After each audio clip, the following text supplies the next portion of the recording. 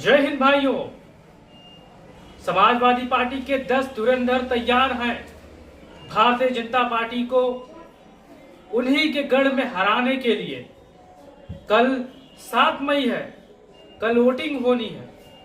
कल बेरोजगारी के मुद्दे पर, महंगाई के मुद्दे पर और भ्रष्टाचारी के मुद्दे पर जनता अपने घर से निकलेगी, नौजवान अपने घर से निकलेंगे, पेपर लीक वाले भाई अपने घर से निकलेंगे और भारतीय जनता पार्टी को दबा के हराएंगे।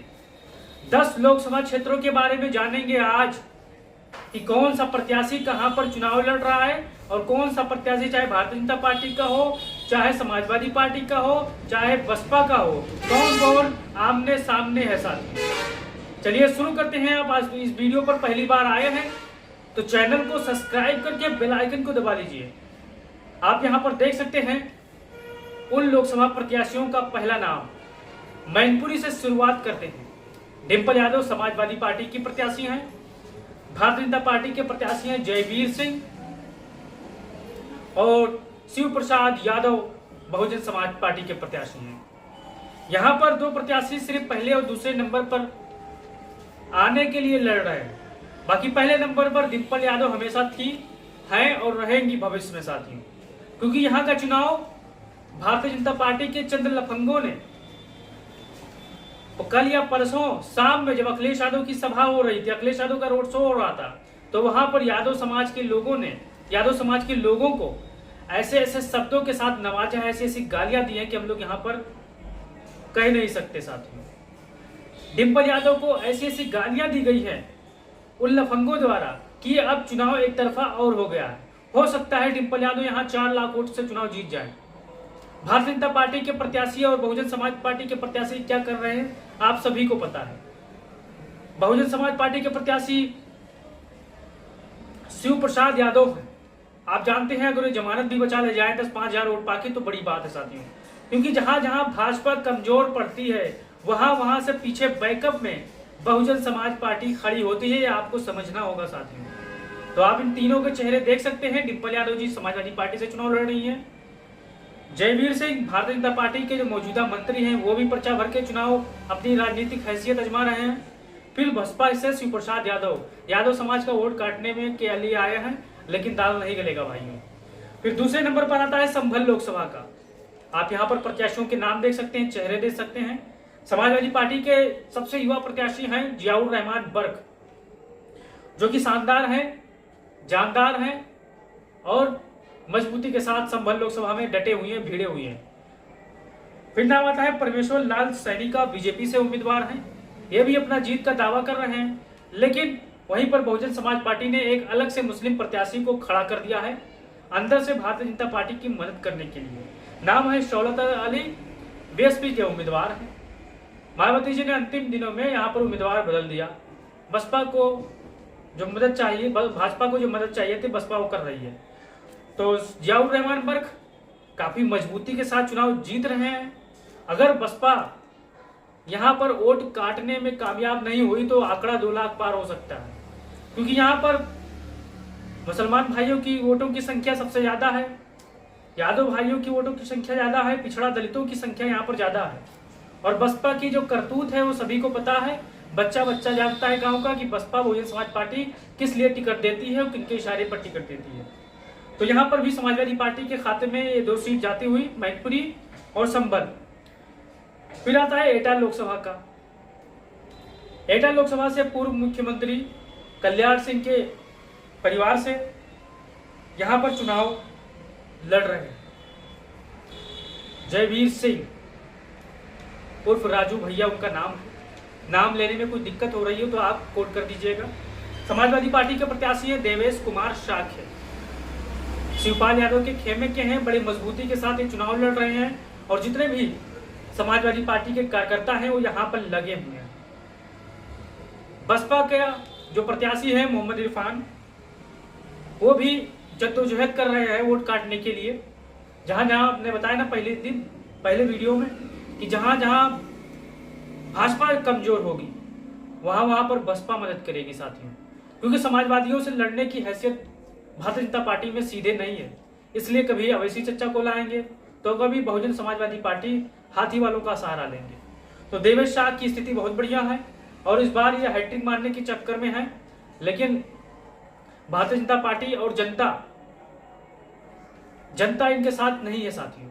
भले ही भारतीय जनता पार्टी के प्रत्याशी के साथ हो, लेकिन जनता समाजवादी पार्टी के प्रत्याशी देवेश शाह के पास है साथियों।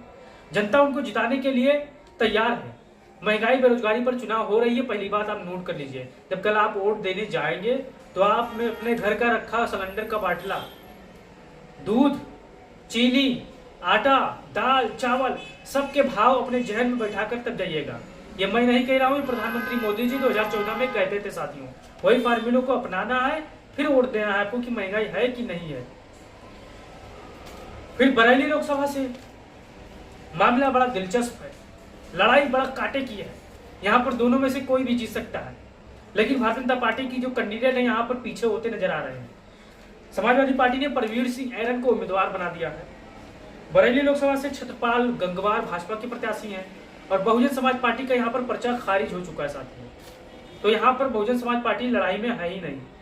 अब दो प्रमुख दलों के साथ यहाँ पर लड़ाई है और यहाँ की जनता महंगाई के बेरोजगारी पर चुनाव कर रही है, वोट कर रही है। कल आप देखने को मिलेगा। अगर आप कल भी वोट देने जाएंगे तो महंगाई जरूर मुद्दा आप बताइएगा, बेरोजगारी का मुद्दा जरूर अपने आसपास के लोगों को बताइएगा। तो यहाँ पर बड़ी मजबूत स्थिति में है, लड़ाई 50-50 की है। अंतिम में जो वोट स्विंग होगा वहां पर समाजवादी पार्टी को भी फायदा हो सकता है, बरेली में छत्रपाल गंगवार को भी फायदा हो सकता है। फिर हाथरस लोकसभा से समाजवादी पार्टी के सबसे मजबूत उम्मीदवार जसबीर वाल्मीकि हैं और भारतीय जनता पार्टी के प्रत्याशी हैं अनूप प्रधान वाल्मीकि और बीएसपी के उम्मीदवार हैं हेमंत बाबू धनगर। सबसे मजबूत उम्मीदवार यहाँ पर लड़ाई आपको त्रिकोणीय देखने को नहीं मिलेगी, क्योंकि बहुजन समाज पार्टी यहाँ पर धनगर समाज के वोट को काटने के लिए यहाँ पर उम्मीदवार बनाया गया है, ताकि समाजवादी पार्टी को वो उम्मीदवारों का वोट ना मिले, उन जाति का वोट ना मिले और यहाँ पर समाजवादी पार्टी चुनाव हार जाए। लेकिन ऐसा नहीं है साथियों, अब समाजवादी पार्टी को सब समाज का वोट मिल रहा है, क्योंकि अखिलेश यादव ने जो जातीय आधार पर बहुत ही मजबूती के साथ सभी को सम्मान दिया है और वो लोग तारीफ कर रहे हैं। बसपा के अंदर ही लोग तारीफ कर रहे हैं, भाजपा के लोग भी तारीफ कर रहे हैं और हर दल के लोग भी तारीफ कर रहे हैं कि अखिलेश यादव ने जो समीकरण बैठाया बहुत ही शानदार तरीके से बैठाया है। तो हाथरस में भी अनूप कुमार वाल्मीकि और जसबीर वाल्मीकि के बीच में मुकाबला है साथियों। बड़ी मजबूती के साथ यहाँ पर लड़ाई है और चाहे वो हाथरस हो चाहे बरेली हो, यहाँ पर 1-1 का फाइट है साथियों, 1-1 का फाइट है। बाकी 8 सीटों पर समाजवादी पार्टी एक तरफा जीत रही है, आप लिख लीजिए, नोट कर लीजिए। फिर आता है आगरा लोकसभा का। आगरा लोकसभा से एसपी बघेल साहब भाजपा के उम्मीदवार हैं और समाजवादी पार्टी के उम्मीदवार हैं सुरेश चंद करदम। मजबूती के साथ अखिलेश यादव ने इनको उम्मीदवार बनाया है और बसपा के उम्मीदवार हैं पूजा अमरोही। अब आप भी फैसला कीजिए कि आगरा में आप महंगाई पर वोट देने जा रहे हो कि उनको हैट्रिक करवाना है, उनके चक्कर में वोट देने जा रहे हो, कि आपका बच्चा महंगाई से परेशान है, आपका भाई आपका बहन पेपर लीक से परेशान है, किन पर आप वोट देना चाहते हो? कमेंट बॉक्स में आप बताओ आगरा के लोगों। फिर आता है फिरोजाबाद का। फिरोजाबाद से अक्षय यादव समाजवादी पार्टी के उम्मीदवार हैं, ठाकुर विश्वदीप सिंह भाजपा के उम्मीदवार हैं, चौधरी बशीर बसपा के उम्मीदवार हैं। यहाँ पर भी बसपा ने भारतीय जनता पार्टी के साथ मिलकर चुनाव लड़ रही है, क्योंकि जहां जहां मैंने पहले कहा है अपने शब्दों में, जहां जहां भाजपा कमजोर पड़ती है वहां पर बहन कुमारी मायावती बसपा अंदर से मदद करती है, पीछे से धक्का देती है। तो यहाँ पर मुसलमान उम्मीदवार उतार दिया गया है ताकि 10-20 हजार वोट काट ले, यानी भारतीय जनता पार्टी को राहत मिले। लेकिन जनता महंगाई पर, बेरोजगारी पर, सिलेंडर के मुद्दे पर और सभी मुद्दों पर यहाँ पर चुनाव लड़ रही है। मंदिर मस्जिद का मुद्दा यहाँ पर नहीं है साथियों। फिर आता है बदायूं का।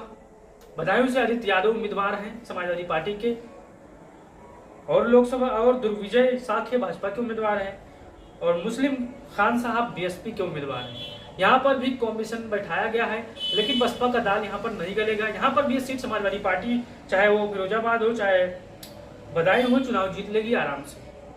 आंवला से नीरज मौर्य का दमदार काफी मजबूती के साथ है, चर्चाएं चल रही कि नीरज मौर्य आगे हैं और बसपा से उम्मीदवार है आबिद अली और आंवला से उम्मीदवार हैं धर्मेंद्र कश्यप भाजपा से। इन तीनों में लड़ाई बड़ा दिलचस्प है, लेकिन सबसे आगे यहाँ पर समाजवादी पार्टी के नीरज मौर्या साथियों। फिर आता है फतेहपुर सीकरी का। रामनिवास सिकरवार को समाजवादी पार्टी इंडिया गठबंधन कांग्रेस ने उम्मीदवार बनाया है।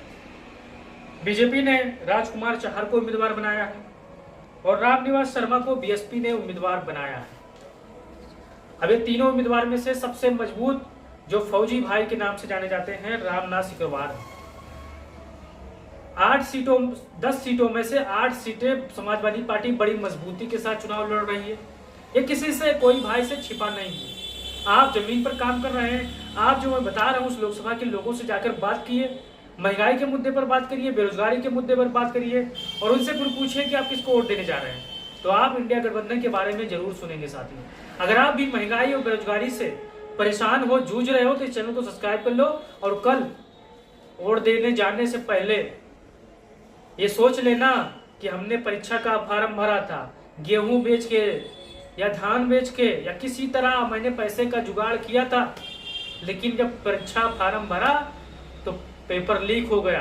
3 साल, 2 साल, 1 साल जाड़े, ठंडी, गर्मी की तैयारी, सुबह उठकर दौड़ना, इन सभी को अपने जहन में बैठाकर कल आप वोट देने जाना है साथियों। और लोगों से सवाल करना है और बताना है कि सरकार बदलेंगे और इंडिया को जिताएंगे। जय हिंद, जय भारत, जय समाजवाद। अपनी राय जरूर दीजिएगा।